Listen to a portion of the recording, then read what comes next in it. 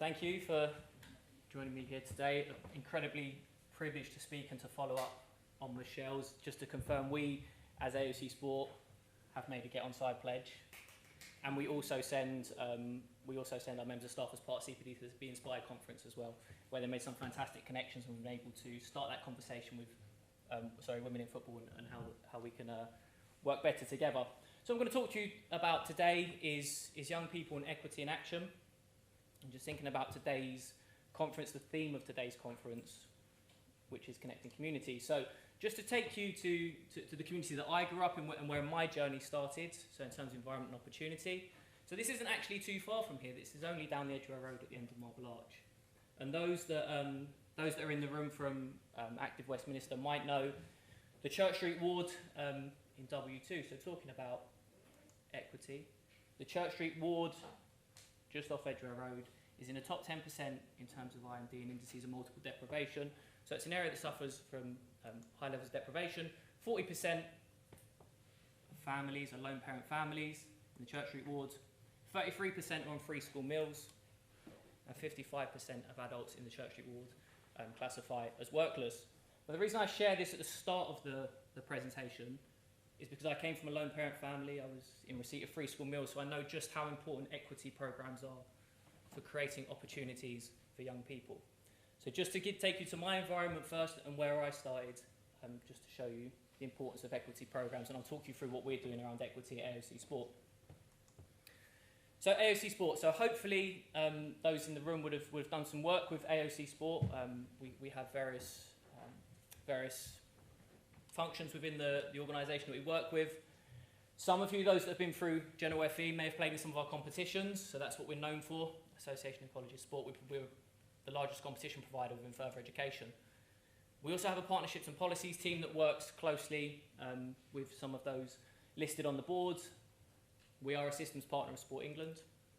We run events and we support across curriculum as well. I know we do some great work for our policies manager with SimSpa on supporting further education in the curriculum. So where do I sit? Where's my role? I'm the football development manager and I sit within English Colleges FA. So we're heavily funded to work in partnership with our main stakeholder, which is the FA, to use football to drive outcomes across further education. A lot of that through participation. We deliver competitions. We support colleges with connecting with their local communities through football. And we do leadership and workforce. And that's really the focus of today's presentation, is what do we do around leadership and how are we using that to support young people. So Tara's presentation earlier talked about skills and helping young people into work, so that's the aim and that's what we're trying to do. Bit of a segue, not a P. Onto baseball. Okay, so I'm going to take you back to 1989. Now, I'm not going to say put your hands up in the room if you remember 1989 because the audience is far too young for that. Keep your hands down. But what I will say is if you remember that movie, can you put your hands up? If you know that movie. I've got a couple. Keep your hands up. If you know this quote, keep your hands up. Okay, excellent. And I'm going to pick someone completely random. Yes, you, sir. What movie is it? Nearly. Field of Dreams, okay? And the reason I start with that, and there's going to be a little bit of a baseball theme which will come full circle at the end, is that quote, if you build it, they will come, is that in my time of working through sports development, in my experience, we've been far too guilty of putting on programs and opportunities and saying, well, the opportunity's there, why aren't they showing up? So I wanted to start with that because that's particularly prominent, and I'll talk to you a little bit about what we're doing to change that. So insight, so this will be, I'll race through this slide because this is nothing new to those in the room, okay? Sport for All told us in 2020 that there are deep-rooted inequalities. This is nothing new, okay? Active Live tells us that South Asian, Black and those with other ethnic origins are disproportionately impacted, and we heard that from some of the keynote speakers this morning. Nick Pontefract talked about if you live in an area of deprivation, I think he said 35% less likely to be active than if you live in an area that's wealthy and affluent, you have more access. So we know that those from South Asian, Black and other ethnicities are disproportionately affected. We know that females are less likely to take part in sport from that demographic. And we know that economic and health barriers for Asian girls and Black girls exacerbates the barriers that they face. So So this is nothing new. We know this. You people are leaders within your communities, and the work that you do, you'll see this on the ground. What Active Lives also told us is across the Black and South Asian populations that football is the most important sport, the most popular sport. Let's not say important. That's football. It's football-centric with me. But it's a popular sport across the Black and South Asian communities. And this transcends into leadership and workforce too. So from Active Lives, we also learnt that BAME groups are less likely to hold volunteer and administrative roles, and therefore they're underrepresented, something that Michelle spoke very well on, when it comes to influence and decision-making levels. And again, if you take the added segmentation of females, we're talking really, really small percentages here that can make up this decision-making level. And programs like Open Door Policy are very, very important for that. And just to bring that home, to keep it a little bit football-centric, only 4% of referees self-declare as being from BAME backgrounds. And there's some fantastic work going on within the FA to address that issue. But if people from diverse groups are not taking volunteer and administrative roles, and they're not making it into decision-making levels within sport, then how are we going to open the door for them?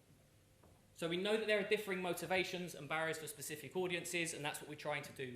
Nick again spoke about the need for less top-down and more community-led initiatives, more of a place-based approach. And not one size fits all. I think that's obvious, we've learnt that. So I'm going to talk to you a bit about Rising Leaders. So Rising Leaders is a leadership programme that we've developed in partnership with England Football, the football development arm of the FA, and supported by Premier League funding through the Genesis Fund. So the purpose of Rising Leaders is to create a pipeline of historically underrepresented females who aspire to work and volunteer within football. It's a 12-month programme. We have 12 females on it from across the country. They're all they're all full-time learners within further education, and we bring them together for free residentials across the year to work with them. So the programme outcomes: developing confidence. Again, when you look at the women in football data earlier, it's a huge barrier for females wanting to access sport, wanting to access football. Developing that confidence and self-awareness to be empowered female leader. We want to educate these females on opportunities that exist to both volunteer and work within the game. And from an England Football FA perspective, creating a wider talent pool is extremely important. So we're trying to break down doors, or open the doors, for females from diverse backgrounds.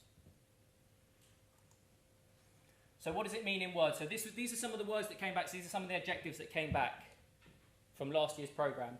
Sorry, I should have said on the last one. Rising Leaders, the 2 in brackets is because it's only the second year. It's still in its pilot stage. This is by no means perfect. We have not cracked it, and we do not have a silver bullet to solve this problem.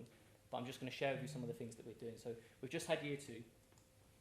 And this is what came back from year 2. This is what some of the adjectives that the Rising Leaders used in year 2 to explain this, to describe their experience. And there's some great stuff in there in terms of enlightening, enjoyable, informative. It was excellent, eye-opening, amazing. And they talked about being part of this Rising Leaders family and being part of something bigger, which was it was great. It was great to hear. 100% of the participants said that Rising Leaders program exceeded their expectations, and 100% agreed with all of the statements below. So I'm not going to go through everything, but I just want to highlight those 2 which are particularly important. I'll dig a little deeper into those. Is I grew in confidence by taking part in the programme, which directly links to one of our initial outcomes, is how do we help them to improve their confidence, help them feel like they belong there, help them feel like football is a place for them. And the other one was I felt welcomed and part of the group, and that need to create a group and a community is becoming a main theme in what we're doing in Rising Leaders. It's how do we create that community? Not only how do we create the community of those Rising Leaders, but how then do we connect them to other communities of leaders? So understanding their barriers.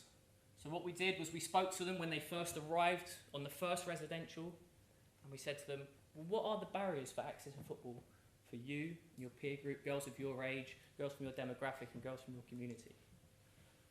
And this is what came back, and I've grouped it into 3 themes. The first big one was difference.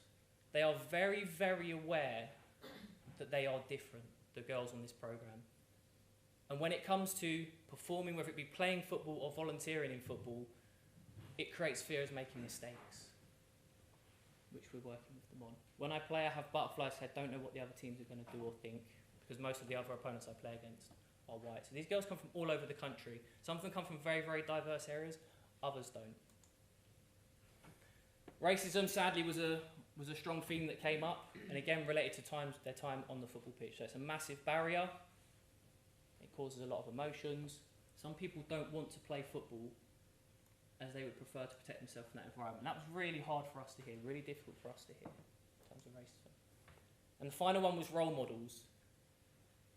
It's hard seeing a role model face racist abuse like Lauren James. Very, very, very, we know how important role models are, and we know how important it is for young people to have role models to look up to. We've all heard, if you can see it, you can be it. So this was the start of their journey, the start of their Rising Leaders journey last year, and the barriers that they faced to access and opportunities in football, both from a playing and workforce perspective.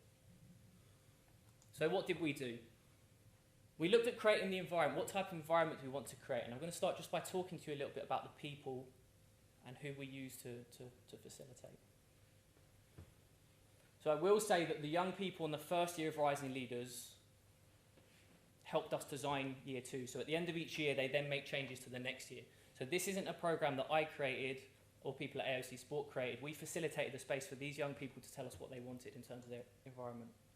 Representation matters. That is not something that's new, whether it be female, whether it be people of colour, whether it be people they can look to or relate to. Representation matters. We worked very, very closely with the FA's National Youth Council, that are a very, very diverse group of young people that want to help and want to support. Understanding that myself, as a white male, my colleagues, we have 4 of us in the team, we have 2 males and 2 females, but we're all white British, and so therefore being able to share some of those lived experiences, we just couldn't do that. It was difficult, and so therefore finding an understanding, finding young people that could come into the room and talk about their lived experience was very, very important for us. Building relationships. This is not a transactional program. It can't be, and it won't work if it's going to be a transactional program. So what we do at the start of the program is we create small bios on each of the participants, and anybody who's coming to help facilitate knows and understands who these young people are. Where have they come from? What are their barriers? What are their barriers? We are agile in the worksheet, the run sheet that we deliver across these Rising Leaders programs. We do not write out a content list and we say we'll move from activity to activity to activity, because until we spend the first 50% of their first day getting to know them, and then we will write the rest of the content with the content deliverer on the back of what we know about them, where they come from. Because we hear the responsibilities they have at home, the difficulties they have to accessing volunteering opportunities, the challenges they have within their family environment. We have to be agile and we have to shape the program around them. Creating safety, and this is probably the biggest one, is from the minute they walk in the room, our aim is to create a safe space and a safe environment for them. And everybody knows what the first level of Maslow's hierarchy of needs is, right? Wi-Fi. So it has to be Wi-Fi. So the first thing that we do when we get them in the room is we give them the Wi-Fi password. They are young people, that's what they want. Okay? They have to have that safety. But we work to understand their barriers, and we sit down, we have conversations with them in 2s and 3s. We talk about safety, we talk about what they faced. How did they get there?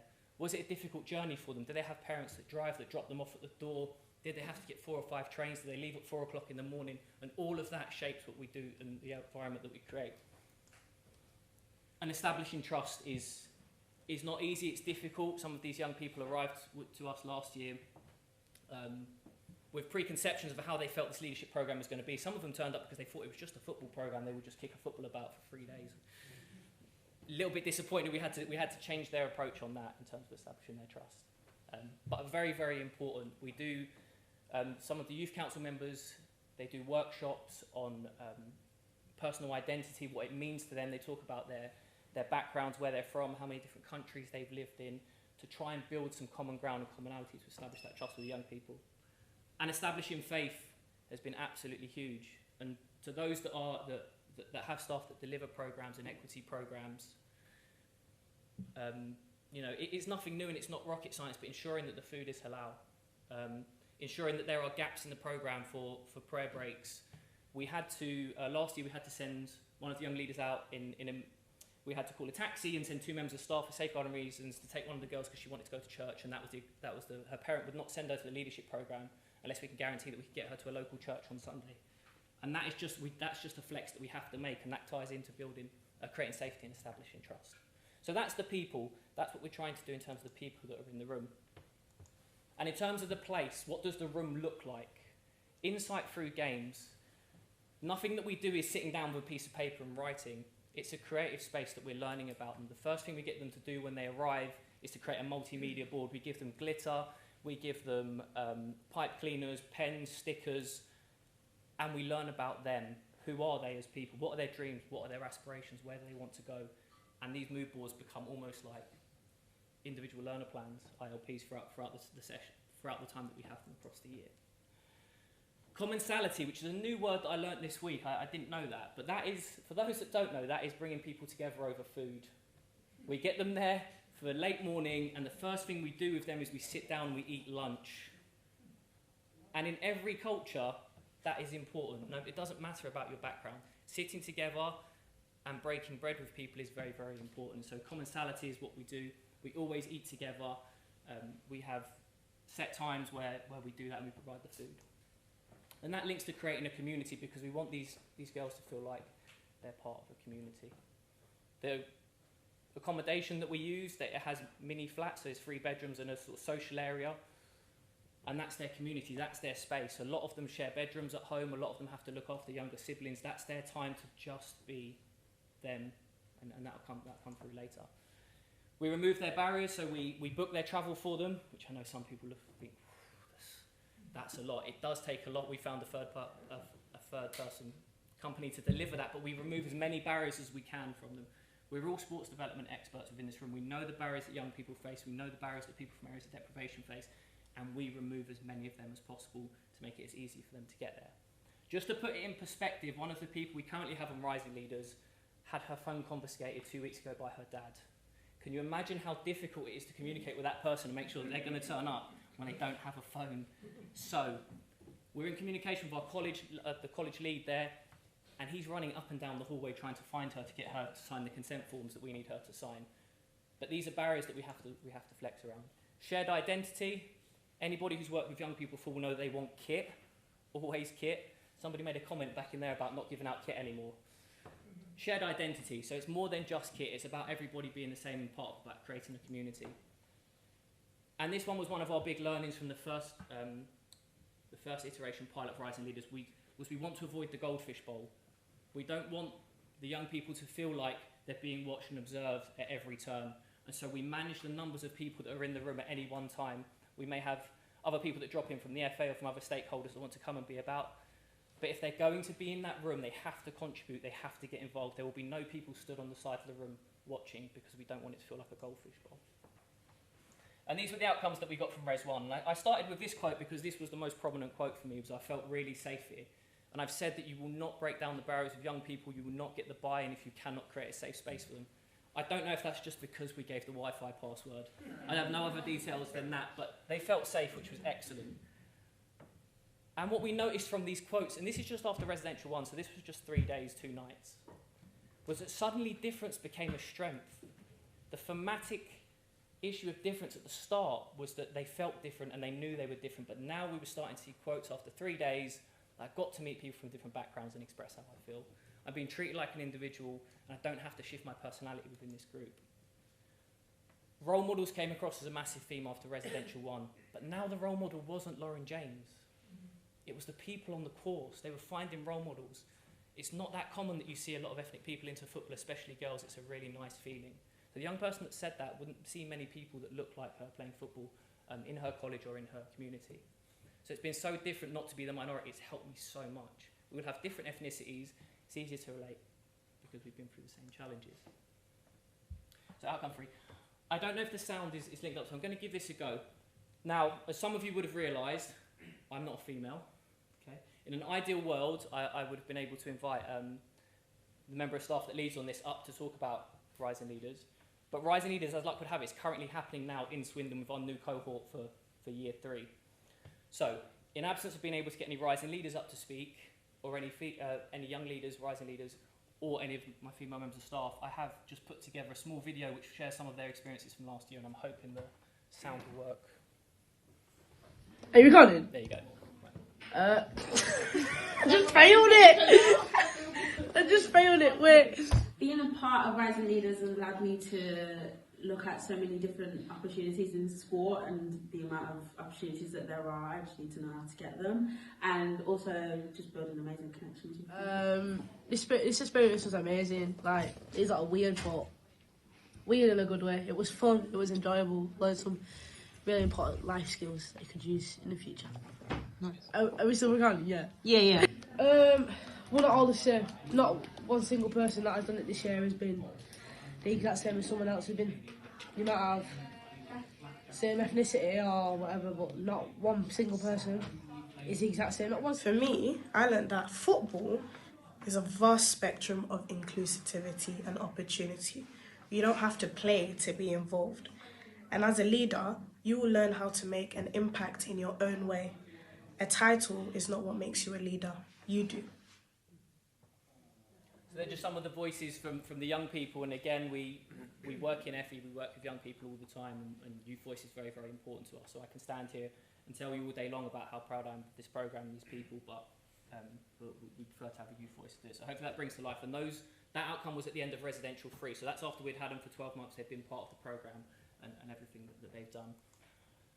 So how are we creating a lasting impact? I told you at the start about the FA's National Youth Council and connectivity into the FA's Youth Leadership Network. That's important. The FA are our stakeholder. This is where we find the most connectivity. County FAs have youth councils that need young people.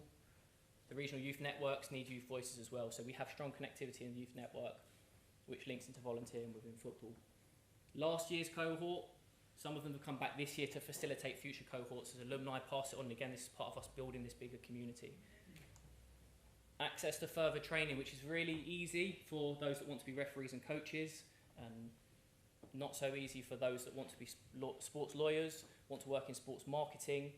You know, these opportunities aren't so easy to come by. Which links into really my ask of the room, which is what we know is missing from this programme right now is mentorship for these girls once they come off the 12-month programme. So what we're looking for, and where this opportunity sprung from to come up and speak today, is that we're looking for places to connect them into that have quality assured mentorship programs. Rising Leaders is just one of a number of leadership programs that we deliver at AOC Sport. So once we've worked with these girls for 12 months, we will continue to invite them back. We have networking opportunities around the Women's FA Cup final, but mentorship we know is how we're going to sustain their involvement in the game and help them to grow and develop beyond where we can support them. And likewise with intern and placement opportunities. So any organisations that are looking for young people to come in and take an internal placement opportunity, that's how we know we're really going to create a lasting impact on these young females. So learnings. I told you I'd come back to the baseball analogy. So engage your coaches, direction, encouragement and inspiration.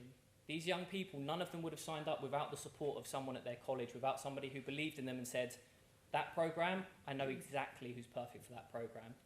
Okay? Those college contacts are absolutely essential for us to fill in this programme. Aim for first base. Understand the individual. Not everything has to be a home run straight away. We do not move forward. We do not introduce any football content on these residentials until we understand who they are first and foremost. Moneyball your team, another baseball film reference and book. Be passionate about the cause. We use the FA's National Youth Council because they are passionate about developing young people, and that is more important to us than people's experience. They are there for the cause. They are there to help these young people in life, and it's extremely rewarding. It's why my team do what we do. Strikeouts will happen. Young people can be temperamental. Understanding their environment helps to keep them involved. It means that it's not a punishment, it's not an out. But when you understand these young people, you understand what they've gone through and the barriers they faced, you can see why they react, why they do. And finally, it's more than one innings, which is the trouble we have at the moment, that we have them for 12 months, and after that we do invite them back, but we're looking to sustain their involvement in the game beyond the time that they're in further education. And to round up with the baseball, never let the fear of strikeout get in your way. It's not easy to engage what used to be called previously hard to reach, whether it be communities or young people. It's not easy, and sometimes these programs fail at the first hurdle. Our first iteration, we ran it in London, and it didn't go the way we wanted to go. We didn't engage as many people, and they were in the door and out of the door, and we never saw them again. So we spoke about how we could sustain beyond that. So I told you at the start about You know, build it and they will come, and hopefully, to bring it back full circle, you'll see how what we're trying to do at AFC Sport now is not just about providing opportunity and say, well, there it is, who wants it? It's about building that opportunity and creating a lasting legacy from it. So thank you very much. I think Tara's going to host some questions, but I will say I'm very active on LinkedIn, so if anyone wants to pick up on any of the conversations today or anything about mentorship or connecting these girls in with some of your programs, then please do get in touch. I'm very, very passionate about helping and supporting communities and young people, so if there's anything there in which we can do to collaborate, please let me know. Thank you very much.